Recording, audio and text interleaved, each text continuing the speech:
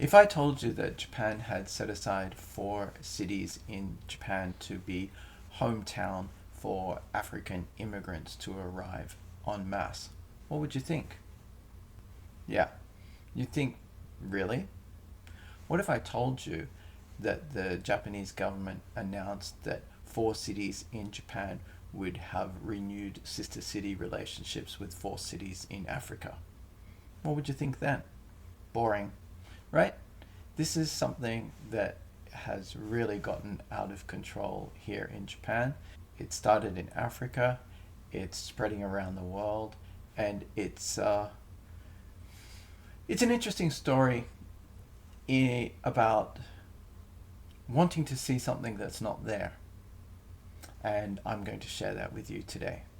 Business owner, educator, and lifelong observer of politics and economics, making sense of complex issues. In July in Yokohama, there was a meeting, as there are every year. I think this was number 9, about assistance and development in Africa. So, various countries, but on the continent of Africa, and Japan's relationship with the various countries there. And out of these meetings, there always comes some announcement, some agreement, some new developments.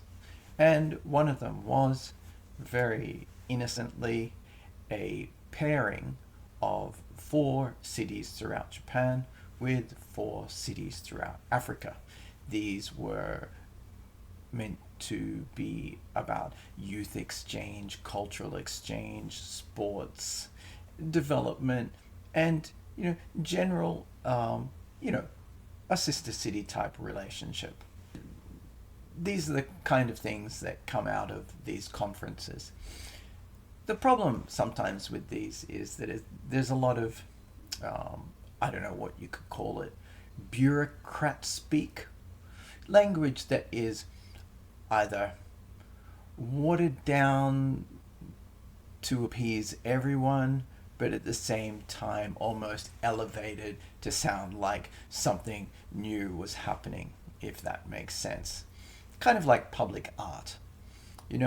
Everybody complains about it until they stop complaining about it, and then you end up with something that nobody is really, excited about. So this story was that Japan was going to have this enhanced or renewed or partnership with these cities. Not in any of the press releases that I've seen or responses and other government statements that people have sent me to tell me I'm wrong has shown that there was anything at all about a visa program, about immigration, or about many people from those African cities coming to Japan to be hosted by the Japanese government in these cities, which is what everyone was starting to believe.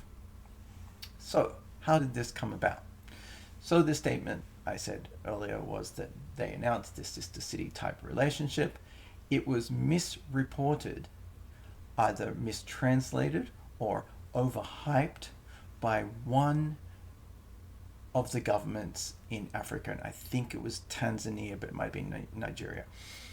And they announced that it was going to include a simplified or easier to access visa program for workers wanting to go to Japan, which it did not. And this spread throughout Africa. So people took this press release and then various media outlets ran with it and continued to possibly hype it a little bit more, and also to conflate another agreement that had gone on in another part of Japan at the same event, but about a university that was going to be involved with students coming to that university in Japan. So eventually, Japanese got hold of this, and you know who the Japanese people that got hold of this are the ones that,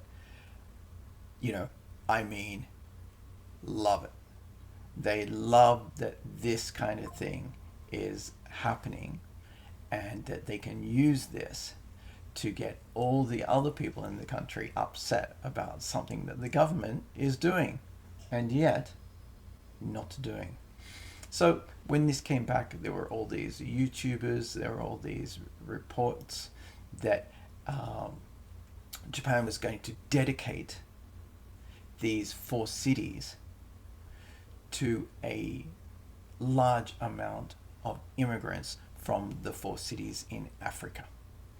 And as you can imagine, the populations of those cities saw this and inundated the cities with emails, phone calls, and wanting to know what was going on. A quick look at the city's websites and JICA, the Japan, I forget what JICA stands for suddenly, and this was the organization that was involved with the Sister City program, clearly stated that this was only cultural exchange. But they were using this, and I actually saw one particular YouTube video with a Japanese youth exclaiming their shock and horror that the Japanese government was doing this while pointing to the website on a screen that said nothing about visas. So people were hearing this and then looking at the what I called earlier the bureaucrat speak of these websites and seeing something that they feared it wasn't there.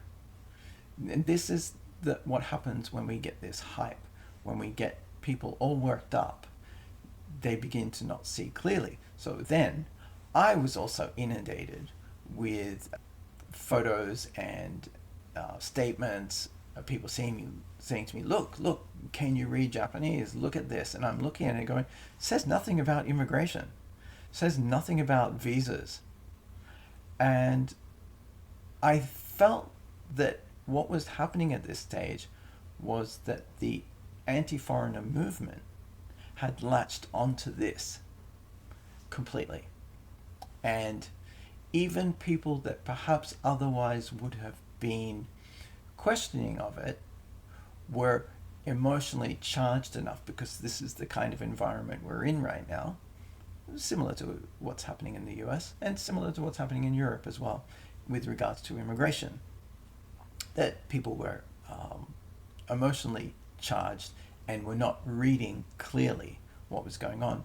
It clearly said that it was about exchange. Then the government came out, the national government came out and made statements. The governments in Africa came out and made statements. All these corrections came out, completely ignored. And the story just kept gaining momentum. After the first few days, I had seen all the statements from African governments and Japanese governments saying, no, there's none of this. And yet that is not being reported. That is not being spread out there now. And this story continues now to be that Japan is setting aside 4 cities in Japan to be specifically catering for and to be hometowns for a large number of African immigrants. And I ask you, who would believe this at first hearing this? Who would think that it's possible that this would happen? Only someone who was against anything like this would believe that this is true, because they want these things to be true so that they can use them to say, see, this is what your government is doing. And it's just the case that if you are a reasonable person, if you are someone with any level of understanding about how bureaucrats speak, you would look at that and go, yeah, it's just a statement that they always make. There's nothing in there. But if you had been given a false report and then looked at that, you could possibly have been interpreted that way. But either way, a reasonable-minded person would not have interpreted it this way. If you're still here, honestly, you have no idea how much it helps if you subscribe. I'll keep these coming.